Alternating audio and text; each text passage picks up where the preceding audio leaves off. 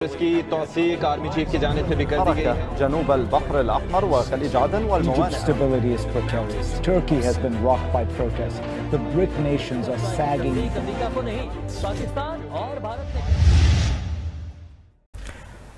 بسم اللہ الرحمن الرحیم. السلام علیکم ناظرین اکرام، میں ہوں محمد انعام اور آپ دیکھ رہے ہیں پروگرام سائٹ ان سائٹ.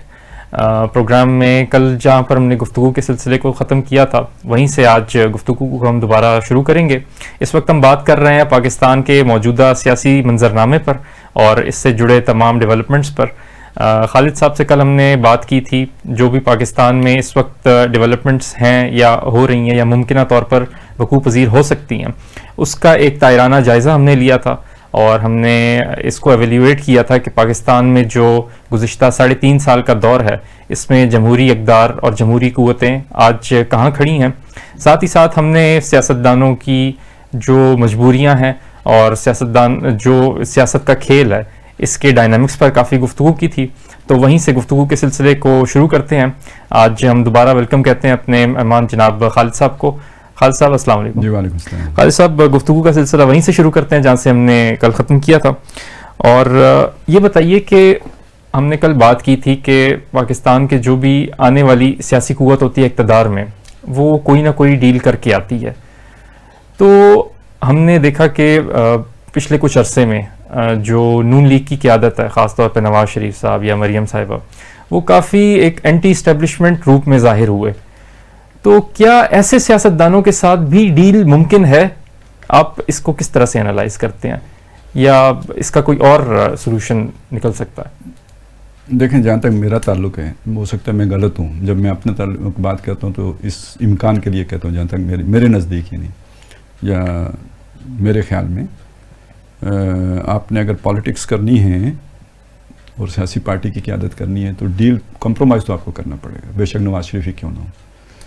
اور اگر آپ کی ورتھ ہے اور آپ ایک لیڈر ہیں جو رائے عامہ پر اثر انداز ہوتے ہیں تو ظاہر ڈیل پھر آپ ہی سے کی جائے گی. ایک جو پاپولر لیڈر ہے اس کو کنارے نہیں لگایا جا سکتا، ان کو بائی پاس نہیں کیا جا سکتا. مطلب چلیں اس کو اگر آپ وہ کام کر دیں جو بے نظیر کے ساتھ ہوا ہے، یا وہ تو ایک علیحدہ بات ہے، اس طرح کنارے لگانے کی بات تو ہو سکتی ہے، لیکن یہ کہ اس کی زندگی میں اسے کنارے لگانا بہت مشکل ہے. اگر وہ مزاحمت پہ تلا ہوا بھی ہو اب تو اس کو آپ کنارے نہیں لگا سکتے.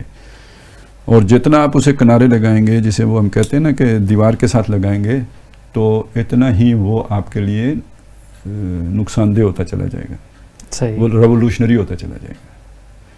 تو نواز شریف صاحب نے جس طرح کے جسچر دیے ہیں، یعنی ذرا آگے بڑھے پیچھے ہٹے، آگے بڑھے پیچھے ہٹے، تھوڑی سی شرارت کی، نام تک لیے. ہاں، وہ تھوڑی سی شرارت کہتا ہوں اسے. کوئی انہوں نے راز افشا نہیں کیا ہے، کوئی ایسی بات نہیں کی کہ مجھے انہوں نے کہا کہ مولانا نہ کوئی یہ کہو یہ نہ کہو، ایسا کچھ بھی نہیں ہوا ہے. بڑا کیلکولیٹڈ انہوں نے 1-2 سٹیپ لے کے جو بھی گیند کھیلی ہے اور پھر بڑے سلیقے سے واپس بھی آ گئے. صحیح. ٹھیک ہے. تو انہوں نے بس ایک جسچر دیا اور پھر واپس آ گئے. تو یہ ساری علامات اسی چیز کی ہیں کہ وہ ڈیل کے لیے راضی ہیں. وہ کوئی اندھا دھند جو ہے نا کسی سیاسی عمل میں جانے کے لیے ذہناً تیار نہیں ہے. اور ایک تو یہ بات ہوگی. دوسری یہ بات کہ آپ نے اگر کوئی مطلب اس طرح بالکل جانا ہے، کلیش میں جانا ہے یا اس طرح جانا ہے پوائنٹ آف نو ریٹرن پہ، یعنی یہ کہ بس اپنی ہی منوانی ہے، ٹھیک ہے، تو وہ لیڈرشپ اور طرح کی ہوتی ہے. سرمایہ دار بندہ یہ والا سٹانس، مطلب سرمایہ دار یعنی آپ کاروباری بندے ہیں، بزنس مین ہیں، جی. تو آپ کی ایک تربیت ہے، آپ کی ایک سیکنڈ نیچر ہے، آپ کا ایک مزاج ہے، آپ کی ایک طبیعت ہے. تو یار وہ تو یہ ہوتی ہی نہیں ہے نا، اس میں ریجیڈیٹی نہیں ہوتی ہے، نہیں تو آپ بزنس مین نہیں بن سکتے. آپ فلیکسیبل ہوں گے تو بزنس میں آگے جائیں گے. یہی آپ کی سیکنڈ نیچر ہوتی ہے. تو پالیٹکس میں بھی آپ یہی کرتے ہیں. تو نواز شریف صاحب سے یہ امید لگانا کہ یار وہ تن کے کھڑے ہو جائیں گے، یہ نہیں ہو سکتا. وہ کرنی ہے ڈیل. ٹھیک. خالد صاحب، آج کل ایک یہ بھی بات کی جا رہی ہے کہ جو بھی اپوزیشن کا کانفیڈنس ہے تو اس کے پیچھے ایک بہت اہم محرک جو ہے وہ یہ ہے کہ جو اسٹیبلشمنٹ ہے، جس حلقے کو اسٹیبلشمنٹ کہا جاتا ہے، وہ نیوٹرل ہو چکی ہے. اور یہ بات بڑے زور و شور سے بعض اپوزیشن کے لوگ بھی کر رہے ہیں کہ اسٹیبلشمنٹ نیوٹرل ہو چکی ہے، لہٰذا اب اس حکومت کا جانا ٹھہر چکا ہے. تو اب اس میں سوال یہ ہے کہ پہلے تو یہ بتائیے کہ اسٹیبلشمنٹ جو ہے وہ معروف میں کس کو کہا جاتا ہے؟ نہیں ویسے تو ہم جب آپ نے بھی ابھی اسٹیبلشمنٹ کا لفظ بولا، میرے ذہن میں جو آیا یا جو لوگ وہ تو فوج مراد لیتے ہیں، ٹھیک ہے جی، یہ اسٹیبلشمنٹ ہے. تو جو بھی کسی عام آدمی کے ذہن میں ہیولا بن سکتا ہے وہ ایک اصل میں تو دیکھیں نا یہ ایک یعنی اس وقت اسٹیبلشمنٹ کا سب سے چونکہ طاقتور عنصر وہ ہے تو اس کو اسٹیبلشمنٹ قرار دے دیا گیا. بعض حضرات تو ریاست بھی اسی کو کہہ دیتے ہیں. ٹھیک ہے، مطلب میں نے بعض لوگوں کی گفتگو سنی ریاست نہیں برداشت کرے گی، مراد ہوتا ہے کہ وہ نہیں برداشت کریں گے. ٹھیک ہے ٹھیک ہے. تو ویسے اسٹیبلشمنٹ کہتے ہیں، یعنی یہ تو تھوڑا سا کلیئر ہم اپنے سامعین کو کر دیں. تو یعنی اسٹیبلشڈ جو آپ کے ادارے ہوتے ہیں نا، یعنی ایک ملک ہے نا، ایک ملک کیا ہے؟ ایک فرد کی ایکسٹینشن ہے. ریاست فرد ہی کی توسیع ہے. صحیح. تو جیسے میرے مختلف اعضاء ہیں جن میں اعضاء رئیسہ بھی ہیں، دل ہے، جگر ہے، دماغ ہے، ٹھیک ہے نا، یہ پھر اور بھی آگے جو ان کے ماتحت مختلف جسم کے یعنی اعضاء ہیں. تو اسی طرح سمجھ لیجئے ریاست کے بھی کچھ اعضاء رئیسہ ہوتے ہیں اور کچھ اس کے پھر ذیلی ادارے کہہ لیجئے یا اس کے کہہ لیجئے. تو اس میں یہ چیز سمجھ لیں کہ اصلاً تو جو ڈیفائنڈ آپ کے ادارے ہوتے ہیں وہ جو اسٹیبلشڈ ہو چکے ہوں وہ اسٹیبلشمنٹ ہے. اس میں ریاست کے ادارے کون سے ہیں جی؟ آپ کی مقننہ ہیں، آپ کی حکومت ہے اور آپ کی عدلیہ ہے. یہ سب اسٹیبلشمنٹ ہے. ٹھیک ہے. اور یہ ٹاپ موسٹ اسٹیبلشمنٹ ہے. باقی آپ کے یہ محکمے ہیں، یہ ریاست کے ادارے نہیں ہیں، یہ ریاست کے محکمے. حکومت کی ایک وزارت، اس وزارت کے تحت جو ہے آپ کے یہ مختلف محکمے، فوج ہے اور یہ ہے. وزارت داخلہ ہے تو اس کے ماتحت جو ہے نا پولیس ہے، اور اس طرح جو آپ کے یہ انٹیلیجنس کے بعض ادارے ہوتے ہیں وہ ہیں. تو گویا یہ پرائم حکومت کے ماتحت ہوتے ہیں. تو حکومت ادارہ ہے. ٹھیک ہے. تو یہ اب آپ پٹواری سے لے کے چلے نا یا پولیس والے سے لے کے چلے نا تو حکومت تک آپ پہنچ گئے. یہ آپ کا قوم کی ایک تنظیم یا نظم جو قوم کا ہے، یہ اس کی چھت ہے. ٹھیک ہے. یہ سب اسٹیبلشمنٹ ہے. صحیح ہے. اس میں آپ دیکھیں تو یہ جو یعنی اوپر جو حکومت تشکیل پاتی ہے یہ یعنی الیکٹڈ لوگ ہوتے ہیں. یعنی اسٹیبلشمنٹ کے یہ عناصر وہ ہیں کہ جن کو عوام منتخب کر کے اوپر بھیجتے ہیں تاکہ ان کی مانی جائے یہ عوام کی، یعنی گورنمنٹ آف دا پیپل ہے نا، عوام کی رائے اس میں ریفلیکٹ ہو. یعنی یہ سب سے ٹاپ پہ جو اسٹیبلشڈ ادارہ ہوگا وہ عوام کی ووٹوں سے بنے گا. ٹھیک ہے. اس کے نیچے یہ سارے اسٹیبلشڈ ادارے ہیں، یہ پرماننٹ ہیں. ان کے وہ جابز ہوتی ہیں، 60 سال کی عمر میں جا کے ریٹائرڈ ہوتے ہیں اگر ایکسٹینشن نہ مل جائے تو. یہ اب اس کے ساتھ آپ دیکھیں کہ مقننہ ہے جس نے قانون سازی کرنی ہے، حکومت کے اوپر چیک رکھنا ہے، نظام کو بیلنس رکھنا ہے. ٹھیک ہے. تاکہ وہ جو بھی مقاصد ہیں آئین کے وہ پورے اس طرح کی قانون سازی کرنی ہے. یہ ایک علیحدہ ادارہ ہے، یہ بھی اسٹیبلشمنٹ کا حصہ ہے. ٹھیک. بعض اوقات مقننہ اور حکومت کے درمیان کوئی تناؤ پیدا ہو جاتا ہے، یا مقننہ اور انتظامیہ، یعنی جی انتظامیہ، حکومت انتظامیہ ہی کو حکومت کہیں گے نا، ٹاپ ہے. ٹھیک ہے. اس کے درمیان کوئی مس انڈرسٹینڈنگ ہو جاتی ہے، کوئی تنازع کھڑا ہو جاتا ہے، کوئی قانون ایسا بن جاتا ہے جو آئین سے متصادم ہو جائے. تو اب ایک اور بیلنسنگ ادارہ ہوتا ہے جو آپ کا، وہ بھی اسٹیبلشمنٹ ہے اور وہ عدلیہ ہے جو یہ سارے دیکھتے ہیں یہ آرڈیننس صحیح آیا ہے یا نہیں، یہ آرڈیننس کل عدم ہو گیا ہے، یہ قانون صحیح بنا ہے یا نہیں، یہ پیکا کا قانون ٹھیک ہے یا نہیں، آئین کی روح کے مطابق ہے یا نہیں، وغیرہ وغیرہ وغیرہ وغیرہ. یہ سارے یہ اسٹیبلشمنٹ ہے. آپ کا وہ الیکشن کمیشن اسٹیبلشمنٹ ہے. ٹھیک. اب اس میں ایک نیا رول آ گیا ہے، وہ ہے صحافت کا. یہ کوئی ادارہ اس طرح ریاست کا ادارہ نہیں ہے. اسے چوتھا ستون اس معنی میں کہتے ہیں کہ عوام کو یہ پتہ لگنا کہ بھائی کہاں پہ کیا ایکٹیویٹی ہو رہی ہے، یہ اس کا ذریعہ یہ بنتے ہیں. ٹرانسپیرنسی کا ایک ذریعہ بنتے ہیں. یعنی وہ دیکھیں نا، عوام نے ڈیسیژن میکنگ کرنی ہے، کسی کو ووٹ دینا ہے یا نہیں دینا ہے یا کچھ جو بھی ان کی انوالومنٹ ہے، ان کی ساری ذہن سازی یا رائے عامہ بنانے کا کام اب میڈیا کے بغیر نہیں ہو سکتا. اس لیے اسے اب چوتھا ستون کہنا شروع کر دیا ہے، لیکن وہ کوئی باقاعدہ ادارہ نہیں ہے. تو گویا اس کو بھی آپ اسٹیبلشمنٹ میں شامل کریں. صحیح. ٹھیک ہے. تو یہ جو آپ کے اسٹیبلشڈ ادارے ہیں یہ ساری اسٹیبلشمنٹ ہے اور کوئی ریاست اسٹیبلشمنٹ کے بغیر نہیں چل سکتی. لیکن جب عام بول چال میں ہم اسٹیبلشمنٹ کا لفظ استعمال کرتے ہیں تو اس سے مراد ہم اکثر و بیشتر ہمارے صحافی بھی, ہمارے سیاستدان بھی, ہم سب بھی اس سے مراد فوج لیتے ہیں. ٹھیک ہے, اب ہماری فوج کا معاملہ جو ہے ساری دنیا سے مختلف ہو چکا ہوا ہے. شروع میں یہ تھا کہ ہمارے دیکھیں پولیٹیکل ادارے ہمارے مضبوط نہیں تھے, یہ ماننا پڑے گا, وہ اتنے سینسیبل بھی نہیں. اس کے مقابلے میں فوج کا ادارہ بڑا جو ہے نا ایک منظم ادارہ, ویل اسٹیبلشڈ ادارہ. سیاسی پارٹیاں ہماری اب بھی اسٹیبلش نہیں ہیں جیسے میں نے آپ کو بتا دی. جی. تو ملکی معاملات, انٹرنیشنل افیئرز, یہ سارا جو کچھ بھی ہے نا, یہ اتنا سیاستدان اس پر ورکنگ نہیں کرتے تھے, یا سیاسی پارٹیوں کے اندر اس پر ڈسکشنز نہیں ہوتی تھیں, ان کے کوئی تھنک ٹینک نہیں تھے, ان کے اندر کوئی اکا دکا دانشور ہوں تو ہوں اپنی جگہ آئسولیشن میں, لیکن بطور پارٹی ان کے اندر اس طرح کی کوئی مائنڈ بلوئنگ کچھ نہیں ہوتا. جبکہ وہ ادارہ جس کا یہ کام ہی نہیں ہے اس کے اندر یہ سارا کچھ ہوتا ہے. پھر ایک اور مجبوری ان کی یہ تھی کہ جناب انٹرنیشنل جو ہے نا وہ دباؤ ہیں, آپ یہ نہیں کر سکتے, آپ وہ نہیں کر سکتے, آپ کا بجٹ سکویز کرتے ہیں سارا کچھ, تو آپ نے اتنی بڑی فوج رکھنی ہے, آپ نے ایٹم بم بنانا ہے, آپ نے میزائل وہ لے کے چلنے ہیں, تو پھر وہ کچھ نہ کچھ معاشی ایکٹیویٹی میں بھی پڑ گئے. گڈ سینس میں بات کر رہے ہیں, کچھ لوگوں نے اس میں گڑبڑ بھی کی, کرپشن بھی کی ہوں گی, جہاں وہ اختیارات کا بے مابا استعمال ہو تو سب کچھ ہوتا ہے. وہ ابھی سوئس بینک کے اکاؤنٹ نکلے ہیں نا, جی ٹھیک ہے, تو یہ سارا کچھ بھی ہوا جس سے بدنامی بھی مول لی ہے, لیکن یہ کہ انٹرسٹ بھی پیدا ہو گئے ہیں. اب آپ اسے ویسٹڈ انٹرسٹ سے پاک ادارہ تو نہیں کہہ سکتے, تو کیسے وہ پالیٹکس سے لا تعلق رہ سکتے ہیں. تو نیوٹرل ہونے کا یہاں انورٹڈ کاماز میں نیوٹرل ہے, یعنی اس کو اس سیناریو میں دیکھیں یہ کیا لفظ استعمال کیا جا رہا ہے. اس سے یہ لینا کہ اب سیاست سے ہماری کوئی غرض نہیں ہے, یہ ہو نہیں سکتا. ٹھیک ہے, جو بات ہے وہ کیا ہے, نیوٹرل ہونے کا ایک خاص معنی ہے یہاں پہ.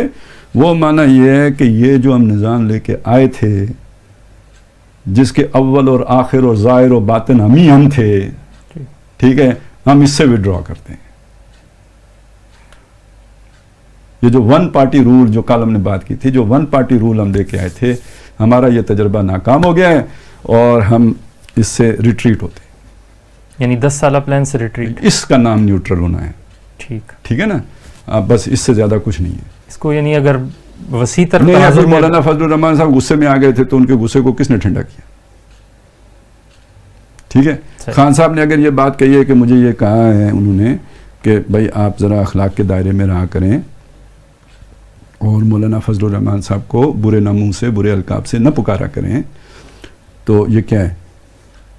اگر یہ کوئی اس معنی میں نیوٹرل ہونا لے لیں, تو خان صاحب نے ہمیں یہ بتایا کہ آپ غلط سمجھ رہے ہیں ان کی بات سے کہ نیوٹرل ہو گئے ہیں, وہ مجھے اب بھی سمجھا رہے ہیں. صحیح. اسی کے ایک اور مترادف کے طور پر ایک اصطلاح جو استعمال ہوتی ہے اسٹیبلشمنٹ کی, وہ ہے ڈیپ اسٹیٹ کی. اور اس حوالے سے یعنی آپ سے سوال کروں گا کہ جو ہلیری کلنٹن نے سے ایک دفعہ سوال کیا گیا کسی ملک میں کہ ڈیپ اسٹیٹ سے کیا مراد ہے, تو اس نے پاکستان کی طرف اشارہ کر کے سوال کا جواب دیا. تو ڈیپ اسٹیٹ کی اصطلاح اور اسٹیبلشمنٹ کی اصطلاح یہ بھی ایک ہی ہمانہ لوگ تو ہمانہ استعمال کرتے ہیں, جی, جو عام عوام میں استعمال. اسی لوگوں کی غلط فہمی کو دیکھتے ہوئے نا, جی, کہ مطلب عام اس کے بارے میں تصور یہ ہے, تو ہلیری نے اس بات کو میرے خیال میں ٹویسٹ کیا ہے. اچھا, آپ کا خیال یہ ہے کہ شارپنس کے ساتھ, بڑی عیاری کے ساتھ اس نے ٹویسٹ کیا ہے. ٹھیک ہے نا, تو اس نے پاکستان پہ ڈال دیے.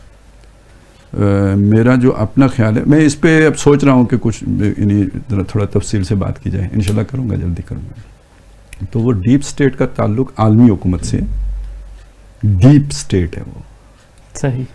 تو آپ اسے ایک نیٹ ورک کے طور پہ جانیے, جیسے ایک نیٹ ورک ہوتا ہے, اور جو ہم نے اسٹیبلشمنٹ ڈیفائن کی ہے, ظاہر ہے اس کے کچھ اعصابی مراکز ہوتے ہیں, اس میں کچھ مؤثر لوگوں کو کسی جگہ پہ پلیس کر دینا ہوتے ہیں. یعنی آپ یوں دیکھیں, راہ ہے جی, وہ ہمارے نظام کے اندر پینیٹریٹ کرنا چاہتی ہے. ٹھیک ہے, تو وہ اپنا کوئی بندہ کسی ایک ادارے میں گھسا دیتی ہے, صحیح, ایک بندہ دوسرے ادارے میں گھسا دیتی ہے, 4 مختلف جگہوں پہ اپنے لوگ جو ہے نا وہ بٹھا دیتے ہیں. یہ آپس میں ان کے بڑے یعنی لطیف طریقے سے آپس کا ان کا ایک کنیکشن بھی ہے, ایک دوسرے کو فیسیلیٹیٹ بھی کرتے ہیں, ادھر کی ادھر انٹیلیجنس شیئرنگ بھی کرتے ہیں, مل کے پلاننگ کر کے بھی چیزیں آگے لے کے چلتے ہیں. جیسے فارورڈ لائن ہوتی ہے نا, گول کرنے کے لیے جاتی ہے, جی, ٹھیک ہے نا, ایک رائٹ آؤٹ ہے ایک لیفٹ آؤٹ ہے, وہ جا کے جناب سمیع اللہ سے کلیم اللہ, ٹھیک ہے, یہ چل رہا ہوتا ہے. تو یہ مطلب اس طرح بھی, تو وہ میڈیا میں بھی ہوں, وہ عدلیہ میں بھی ہو, وہ جناب آپ کے باقی اداروں کے اندر بھی ہو, وہ پارلیمنٹ میں بھی ہو. ایک مثال ہے آپ کے سامنے, نواز شریف, عمران خان, سیاسی مخالف, جی, جب توہین رسالت یا وہ جو بھی ایک 295 یا کوئی اس طرح کی چیزیں یا نصاب سے متعلق ایک جیسے بل کیوں آ جاتے ہیں,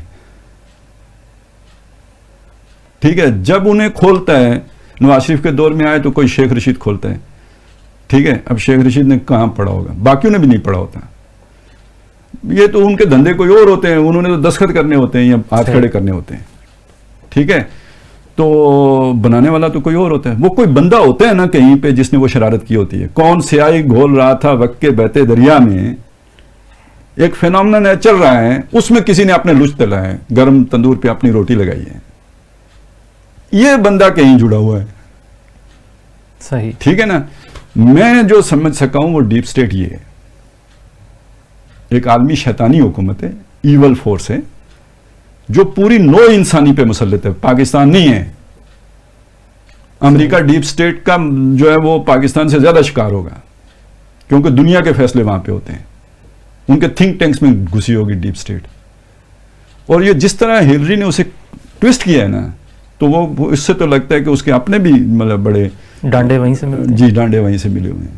تو ڈیپ سٹیٹ کبھی جناب سیزر کی صورت میں ہوگی, تو ڈیپ سٹیٹ کبھی جو ہے نا برطانیہ کی صورت میں تھی جس پر کبھی سورج غروب نہیں ہوتا تھا, تو ڈیپ سٹیٹ پھر امریکہ کی صورت میں, اب سنا چائنا کی صورت میں ہوگی.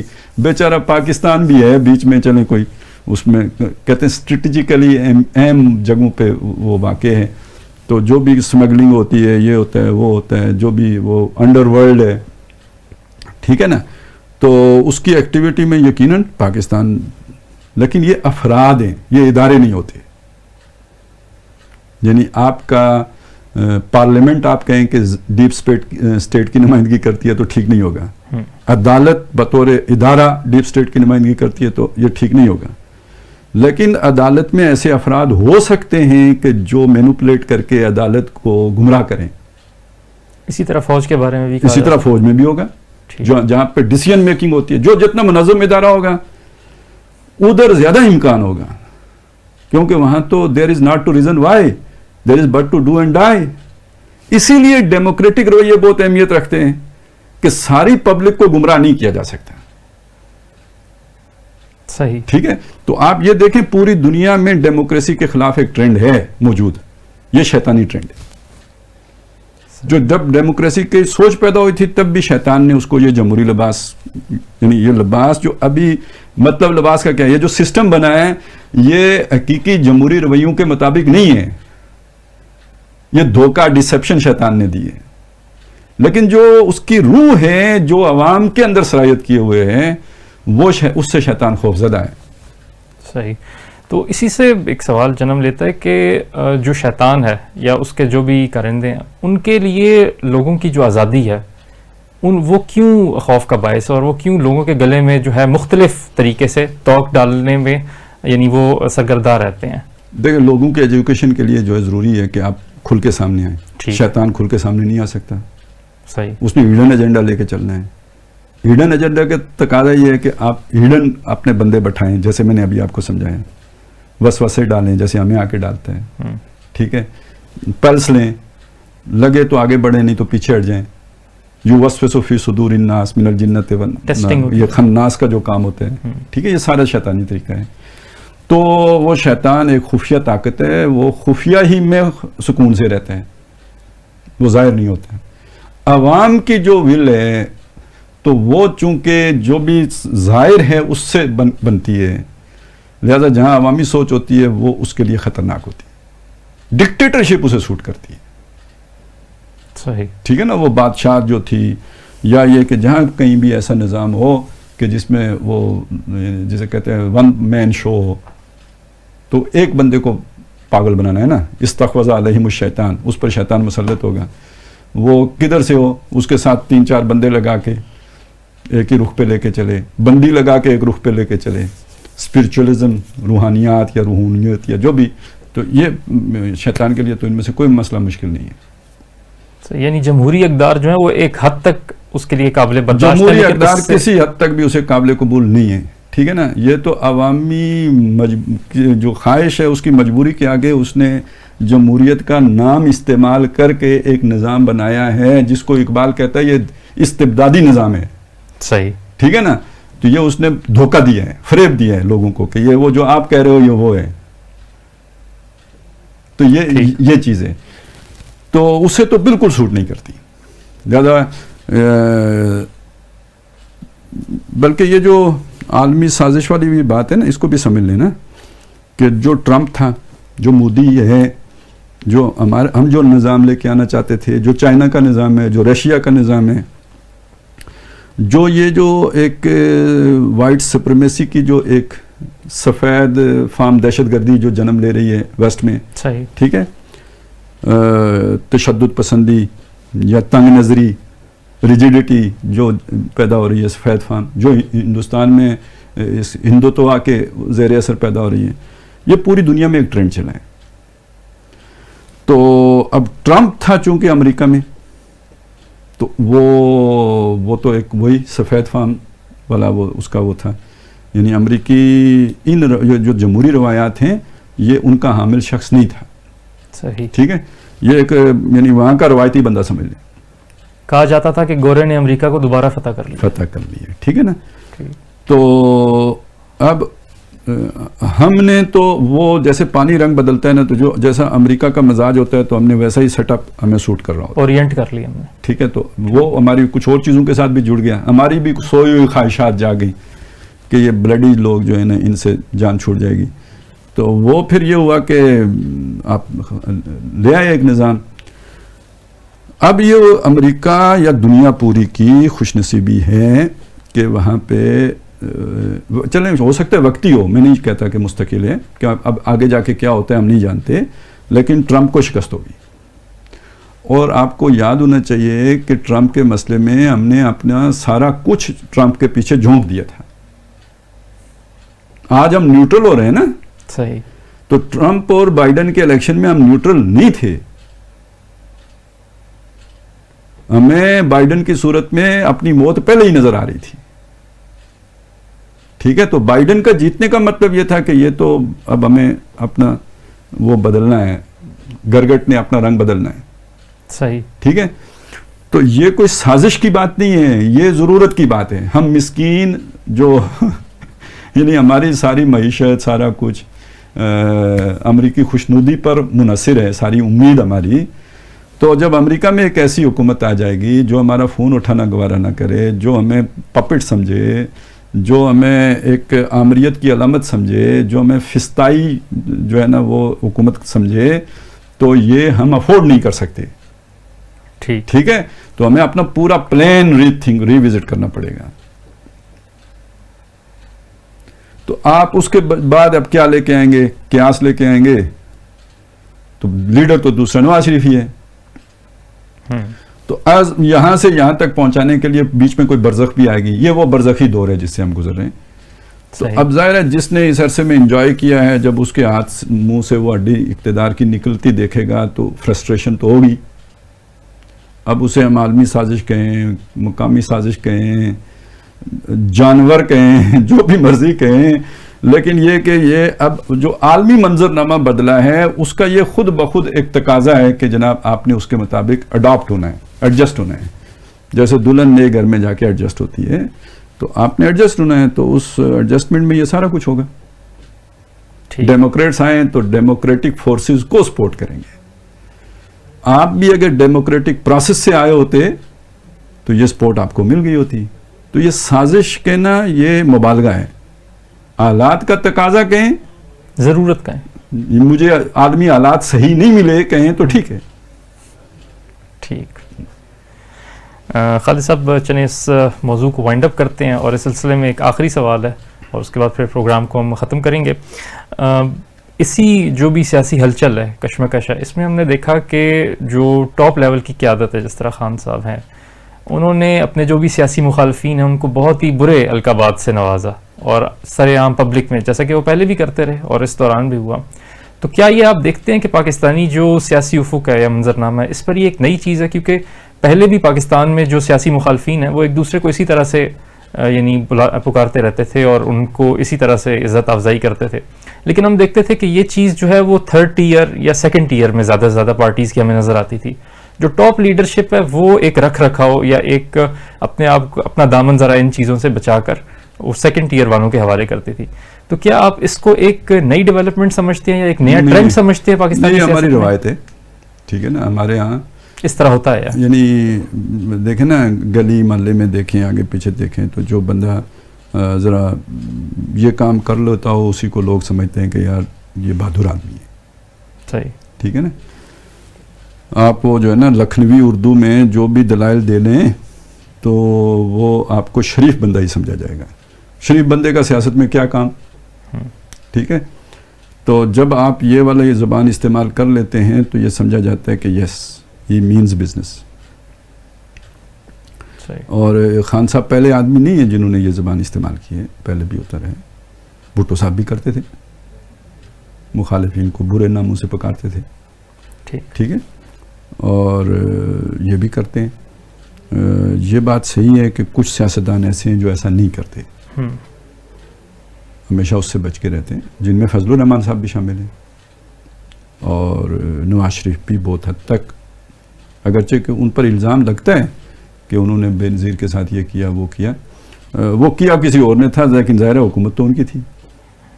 اگر ہیلی کاپٹروں سے کچھ پوسٹر پھینکے گئے تھے یا کچھ ہوا تھا تو جنہوں نے IGI بنائی تھی وہ کام تو ان کا تھا نا،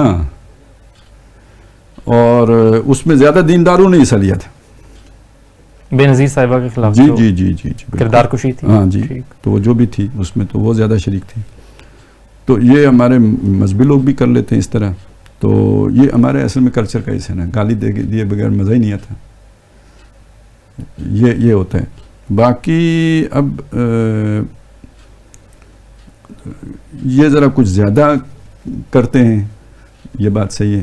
تو یہ بھی ذہن میں رکھیں کہ یہ کوئی باقاعدہ سیاستدان نہیں ہے، بیسیکلی تو کھلاڑی ہیں. ٹھیک ہے.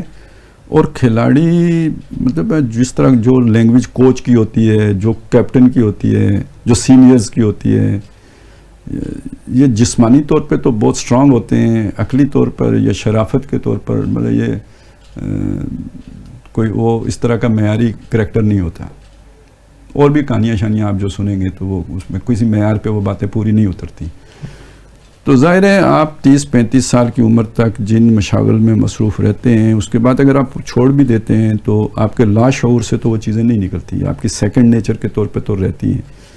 تو آپ اگر اپنے اوپر کوئی جامہ اور چڑھا لیتے ہیں شرافت کا، تو کبھی آپ فرسٹریشن میں ہوں، غصے میں ہوں، کچھ آپ سے باہر ہوں یا اس جامے سے باہر ہوں جو آپ نے اپنے اوپر فٹ کیا ہوا ہے، تو آپ کی اصلیت تو پھر ظاہر ہوگی، وہ چھپی تو نہیں رہے گی. تو وہ ہو جاتا ہے. لیکن یہ کوئی نئی نہیں ہے، پہلے بھی ہوتا رہے. تو کرتے ہیں لوگ. ویسے بھی ہماری سیاست کبھی بھی معیاری سیاست نہیں رہی ہے. اسی لیے اس نے کہا تھا نا، مجھے پتہ نہیں وہ شعر صحیح یاد آئے گا یا نہیں، یہ شورش کاشمیری صاحب نے، کہ میرے وطن کی سیاست کا حال مت پوچھ ہے یا کیا گری ہے طوائف، گر گئی ہو طوائف تماش بینوں میں. تو تماش بین کون ہوئے پھر؟ پولیٹیشین. تو جو تماش بین کی مینٹلٹی ہے وہ مینٹلٹی پولیٹیشنز میں ہے نا، تو اس لیے وہ کہتے ہیں میرے وطن کی سیاست کا یہ حال ہو گیا. تو یہ کوئی نئی بات ہے پھر. تو کم از کم یہ دوش تو خان صاحب کو نہیں دینا چاہیے نا. یعنی وہ روایت کا ہی تسلسل ہے. مطلب دیکھیں آپ کے ساتھ جو لوگ چلتے ہیں، آپ جو ان کی سیاسی لیڈر عام طور پہ کیا ہوتے ہیں؟ عوامی خواہش کا ترجمان ہوتا ہے. بالکل ٹھیک. عوامی وہ جب اب دیکھیں نا، جب وہ کہتا ہے وہ منہ سے نام بگاڑ کے لیتا ہے تو جو رسپانس آتا ہے تو وہ اس کو اور موٹیویشن دے گا نا. تو مطلب اس نے تو بھائی اپنے عوام کو چارج رکھنا ہے. صحیح، جو اس کی ضرورت ہے. چلیں گفتگو کے سلسلے کو یہی ہم ختم کرتے ہیں. ناظرین کرام، پروگرام دیکھنے کا بہت بہت شکریہ. انشاءاللہ اگلے ہفتے دوبارہ آپ کے سامنے حاضر ہوں گے ایک نئے موضوع کے ساتھ، اور اس پر ہم تبادلہ خیال کریں گے. تب تک کے لیے ہمیں دیجیے اجازت. اللہ حافظ.